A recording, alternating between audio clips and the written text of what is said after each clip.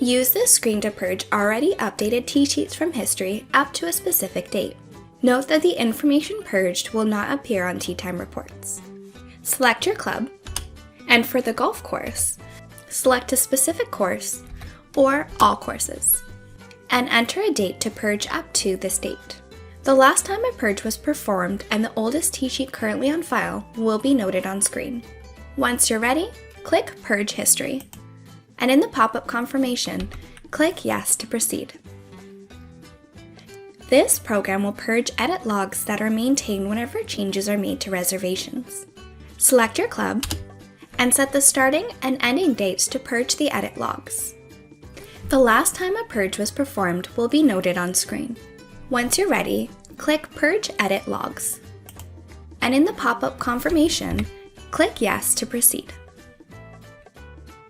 When viewing the lookup list in the T-sheet maintenance program, do you find yourself having to do a lot of scrolling?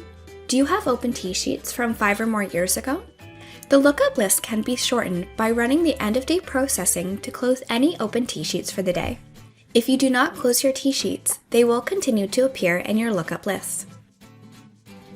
To close a T-sheet, navigate to Tea Time Management, Processing, and End-of-Day Processing. Select your club, and for the golf course option, set to Selected Golf Course or All Golf Courses.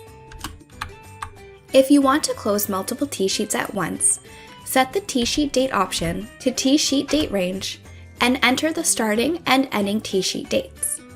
From here, leave the processing option at Preview Report and click OK to run. Once everything looks good with the report, you can switch your processing option over to Close T-sheet to close those T-sheets.